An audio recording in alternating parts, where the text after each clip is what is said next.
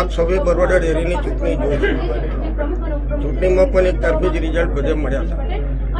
13 director એકબીજાથી જોડેલા છે, બધાને હાથે રાખીને ચાલેલા છે.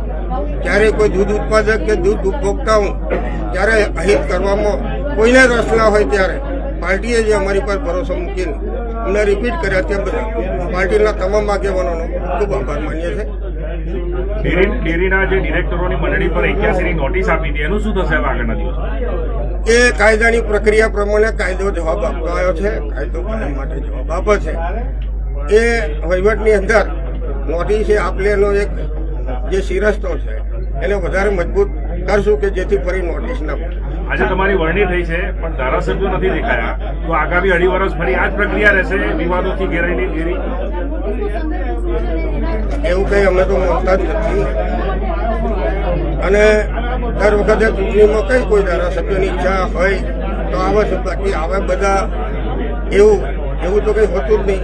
પણ અમે બધા ભારતીય જનતા પાર્ટીના કાર્યકરોના આગેવાનો એ અમારી પર જે ભરોસો કરેલો છે ભરોસો મક્કમ રાખશું અને પાર્ટીને કાર્ય અમારા કોમ વતી નીચું ના ગયેલું પડે એ રીતના કામ કરતા આવ્યા છે. એ પ્રમાણે કામ કરશું. હરી ઈચ્છા બળવાની આ તો નવું છે નહીં, 13 વર્ષથી ચલાવીએ છીએ. આજે મેં નીચે કેટલાક મિત્રોને આપણા મીડિયાને કીધું હતું કે પાર્ટીનો જેનો આદેશ આવશે, મેન્ડેટ આવશે એને અમે સ્વીકારવાના છે.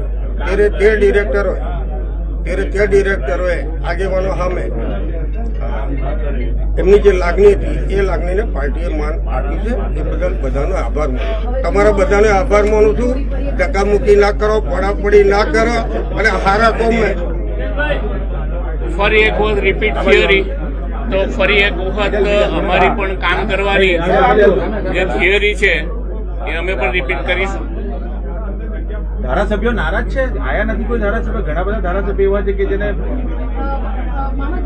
ધારાસભ્યો નારાજ નથી, પણ ચૂંટણીની તારીખ નક્કી થાય તો ડિરેક્ટરોએ હાજર રહેવું જોઈએ. અને ગાંધીનગરમાં મિટિંગ હોય અને જરૂરી મિટિંગ હોય ત્યારે ધારાસભ્યશ્રીઓ ગાંધીનગર પણ હાજર રહેવું પડે. મારા પર ફોન આવી ગયા બધાના, બધા બોર્ડની સાથે છે, કોઈ નારાજ નથી. બાપુ, હવે ડેરીનો વિકાસ કેવી રીતે આગળ વધશે? અત્યાર સુધી તો સારો ચાલતો, પરંતુ હજુ શું નવું? બસ અમારા પર આક્ષેપો તમે જે કહો છો એ આક્ષેપોના જે પથ્થરો ફેંકવામાં આવે છે એ અમે બધા ભેગા કરી રાખ્યા છે. હવે એ જ પથ્થરોના પગથિયા બનાવીશું અને બરોડા ડેરીને ઉપર લઈ જવાનો પ્રયત્ન કરીશું. નોટિસ પણ આપવા જે મળી છે, નોટિસ કેવી રીતે કાયદાથી કેવી રીતે આગળ? નોટિસ જે મળી છે એ નોટિસ ઓડિટ પ્રક્રિયાનો એક ભાગ છે. ઓડિટ દરમિયાનમાં કોઈ ખામી જણાય તો એ ખામીઓનો સ્પેશિયલ રિપોર્ટ કરવાની ઓડિટરની ફરજ છે.